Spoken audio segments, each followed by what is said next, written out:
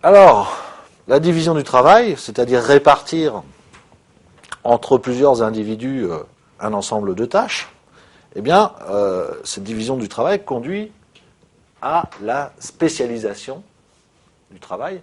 Alors, quand je dis spécialisation du travail, on peut le voir au niveau des hommes, évidemment, qui sont dans l'organisation. Hein. L'ODRH ne fait pas la maintenance des machines, généralement.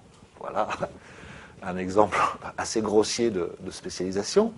Mais on peut le voir à un niveau agrégé, c'est-à-dire c'est aussi la spécialisation de l'organisation. Hein, on est aussi dans un monde où les entreprises sont de plus en plus spécialisées sur des domaines de compétences de plus en plus étroits. Autrement dit, en termes stratégiques, l'avenir n'est pas à la diversification d'activités. Donc, spécialisation du travail, bon, on fait mieux ce que l'on a l'habitude de faire. Et donc, vous aurez compris que la spécialisation du travail, par répétition, par routinisation, eh bien, permet les fameux gains de productivité dont je parlais tout à l'heure. Donc, voilà, cet avantage de la division du travail et de la spécialisation, hein, ça ne date pas d'hier, puisque pour la première fois, c'est Adam Smith en 1776 qui nous en a parlé. Mais on n'est pas encore au bout de la réflexion, hein, parce que les gains de productivité, évidemment, sont quasi illimités. Donc ça, c'est les avantages. Pourquoi la division du travail? Ben, tout simplement parce que le travail devient plus efficace et plus productif. Ne jamais oublier la double division du travail qui règne dans les entreprises, qui est une division horizontale et une division verticale. À quoi fait référence la division horizontale? Eh bien, chacun est spécialisé dans une tâche particulière. Pourquoi on dit horizontale? Parce qu'il n'y a pas une tâche plus importante que l'autre, et ça reprend, si vous voulez, la représentation de l'entreprise en tant que flux qui part des matières premières et qui arrive au produit fini et au service avec les opérations de transformation. Hein, c'est donc représenté ça sur un plan horizontal. Et donc, effectivement, il y a une spécialisation en fonction des activités. Le taylorisme, qui a connu de très, très belles heures et de très grands succès à son époque, a permis effectivement, en s'appuyant sur une division extrême du travail, hein, puisque on décomposait l'action de chacun au niveau des gestes ultimes, eh bien, est arrivé effectivement à un niveau de productivité jamais atteint dans les entreprises. Donc il était basé essentiellement sur la division horizontale. Division verticale, eh bien, c'est de se dire que l'entreprise n'est pas un lieu démocratique.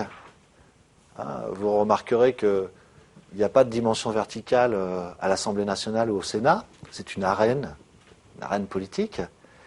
Et cette représentation, elle n'est pas anodine. C'est parce qu'il n'y a pas de hiérarchie. Chaque député ou chaque sénateur contribue au débat démocratique et a une voix qui vaut celle de tous les autres. Dans l'entreprise, ce n'est pas comme ça. L'entreprise n'est pas une institution démocratique. Ça veut dire qu'il y a des gens qui ont des pouvoirs et d'autres qui n'en ont pas, et que précisément, la répartition des pouvoirs est un enjeu très important de l'organisation d'entreprise, et c'est un enjeu permanent. Parce qu'évidemment, qui dit pouvoir dit intérêt à avoir du pouvoir, et donc il y a beaucoup de manœuvres au niveau des ressources humaines qui peuvent s'expliquer par cette dimension de quête et de recherche de pouvoir.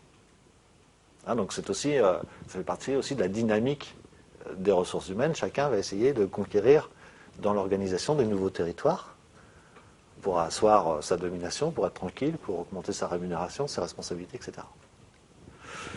Donc division verticale du travail, oui, et malgré tout, même si par rapport à l'entreprise industrielle du début du XXe siècle, la hiérarchie est beaucoup moins présente, comporte beaucoup moins de niveaux et est beaucoup moins dure, hein, en termes de relations avec les subordonnés, il existe et il doit exister cette colonne vertébrale hiérarchique parce que la nécessité de coordination entre les actions de la base et la décision stratégique, eh bien, elle est toujours là.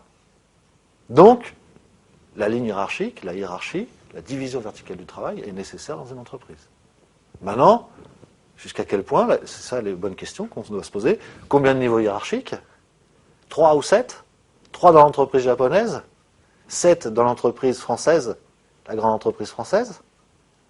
Quel est le bon niveau, ça dépend aussi de la culture des gens qu'il y a dans les organisations. Ils sont beaucoup plus coopératifs au Japon. La mentalité est plus coopérative.